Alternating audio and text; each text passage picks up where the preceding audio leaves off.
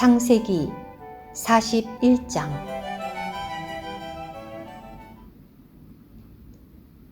그로부터 만 2년이 지난 후에 파라오가 꿈을 꾸었다. 그가 강가에 서 있었는데 그곳에 보기 좋고 살진 암소 7마리가 강에서 올라와 갈대밭에서 풀을 뜯고 있었다. 그리고 그 뒤를 이어 보기 흉하고 야윈 암소 7마리가 강에서 올라와 강둑에 있는 그 암소들 옆에 섰다. 그런데 보기 흉하고 야윈 암소들이 보기 좋고 살진 암소 7마리를 먹어치웠다. 그때 파라오가 잠에서 깼다. 파라오가 다시 잠이 들어 두 번째 꿈을 꾸었다. 토실토실하고 좋은 이삭 7개가 한 줄기에서 나오고 있었다.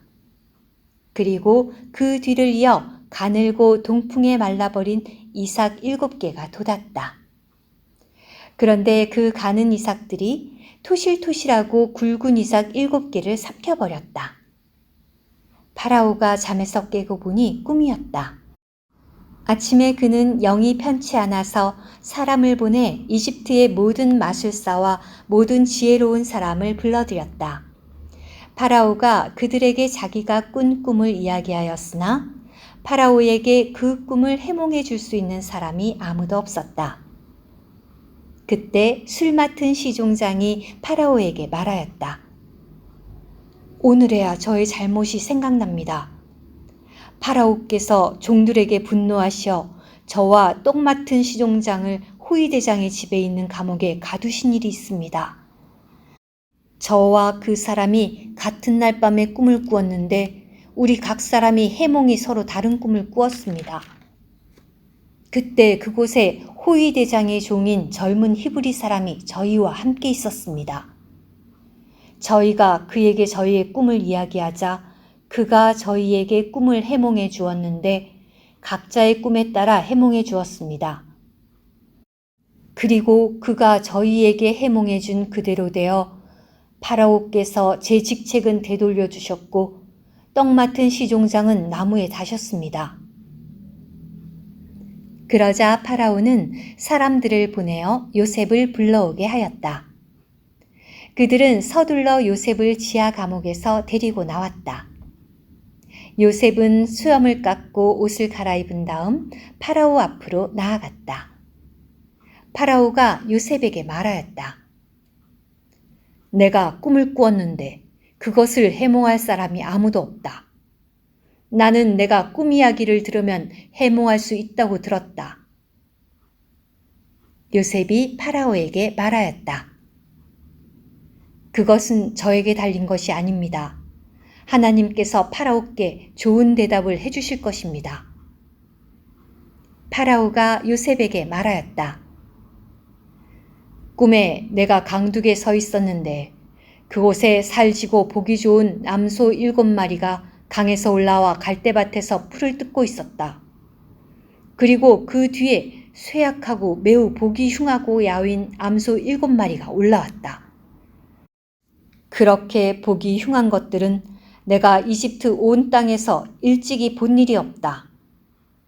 그런데 이 야위고 보기 흉한 암소들이 먼저 올라온 그 살진 암소 7마리를 먹어치웠다. 야위고 보기 흉한 암소들이 살진 암소를 삼켰는데도 삼킨 것 같지 않고 여전히 처음처럼 보기 흉한 채로 있었다.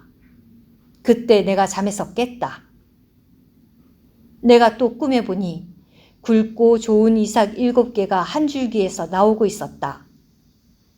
그리고 그 뒤를 이어 시들고 가늘고 동풍에 말라버린 이삭 7이 돋았다. 그런데 그 가는 이삭들이 좋은 이삭 7개를 삼켜버렸다. 내가 마술사들에게 이 꿈을 이야기하였지만 나에게 해몽해 줄 수 있는 사람이 아무도 없었다. 그러자 요셉이 파라오에게 말하였다. 파라오의 꿈은 한 가지입니다. 즉, 하나님께서 앞으로 하고자 하시는 바를 파라오께 알려주신 것입니다. 좋은 암소 7은 7년이고 좋은 이삭 7도 7년이므로 그 꿈은 한 가지입니다. 그 뒤를 이어 올라온 야위고 보기 흉한 암소 7도 7년이고 동풍에 말라버린 속빈 이삭 7도 7년이지만 이것들은 7년의 기근입니다. 이 일은 제가 파라오께 말씀드린 대로 하나님께서 앞으로 하고자 하시는 바를 파라오께 보여주신 것입니다. 앞으로 7년 동안 이집트 온 땅에 큰 풍년이 들 것입니다. 그러고 나서 7년의 기근이 이어질 것입니다. 그러면 이집트 땅에서 풍년은 다 잊히고 기근이 이 땅을 소멸시킬 것입니다. 이어지는 기근이 너무도 심하여 풍년이 든 일을 이 땅에서 아무도 기억하지 못할 것입니다.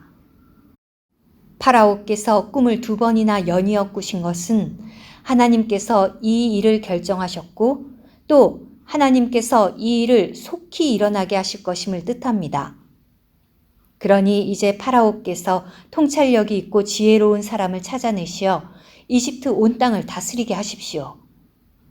파라오께서 이 땅에 감독들을 임명하시어 7년 동안의 풍년에 이집트 땅에서 나는 수확물의 5분의 1을 받아들이게 하십시오. 앞으로 다가올 풍년의 모든 양식을 거두어들여 양식이 될 곡식들을 파라오의 권한으로 성들에 쌓아두고 지키게 하십시오. 그 양식을 앞으로 이집트 땅에 들게 될 7년 동안의 기근에 대비하여 이 땅을 위해 비축해 둔 양식으로 삼으십시오. 그렇게 하시면 이 땅이 기근으로 멸망하지 않을 것입니다. 파라오와 그의 모든 신하가 이 말을 좋게 여겼다. 파라오가 신하들에게 말하였다. 우리가 이 사람처럼 자신 안에 하나님의 영이 있는 사람을 또 찾을 수 있겠소? 파라오가 요셉에게 말하였다. 하나님께서 그대에게 이 모든 것을 알려주셨으니 그대처럼 통찰력이 있고 지혜로운 사람은 없을 것이요. 그대는 나의 집을 다스리시오.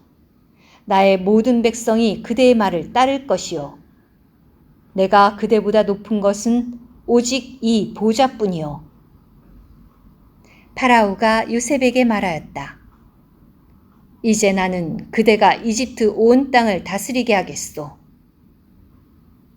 파라오가 자기 손에서 인장 반지를 빼어 요셉의 손에 끼워주고 세마포 옷을 입혀주며 금사슬을 목에 걸어주었다. 또 파라오가 요셉을 자기의 마차에 버금가는 마차에 타게 하자 그 앞에서 사람들이 무릎을 꿇어라 라고 외쳤다. 파라오는 요셉이 이집트 온 땅을 다스리게 하였다. 파라오가 요셉에게 말하였다.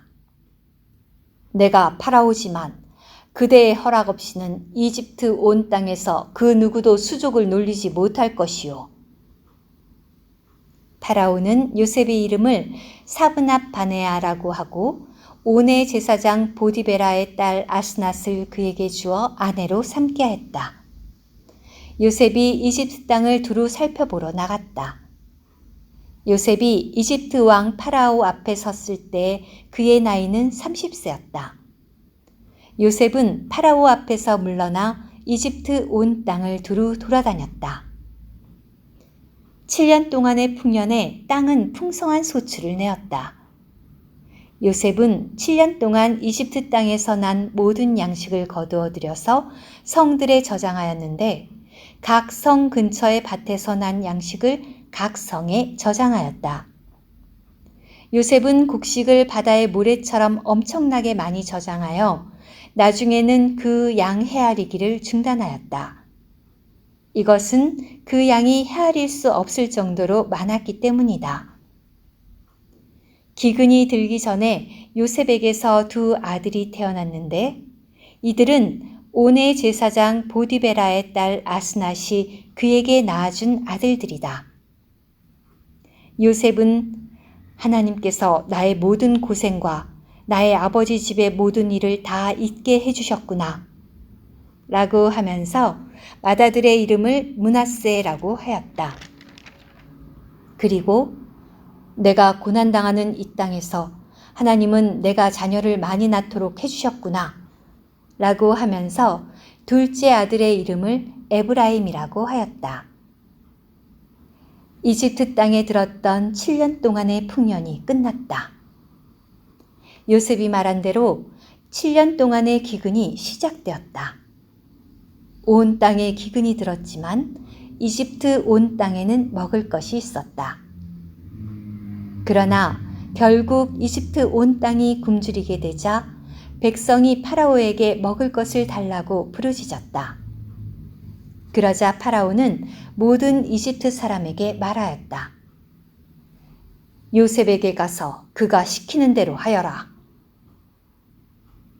온 지면에 기근이 들자 요셉은 모든 곡식 창고를 열고 이집트 사람들에게 곡식을 팔았다. 이집트 땅에 기근은 더 심해졌다. 온 땅의 사람들이 곡식을 사려고 이집트에 있는 요셉에게 왔다. 왜냐하면 온 땅의 기근이 심하였기 때문이다. 오늘의 말씀 한 구절. 창세기 41장 40절. 그대는 나의 집을 다스리시오. 나의 모든 백성이 그대의 말을 따를 것이오. 내가 그대보다 높은 것은 오직 이 보좌뿐이요.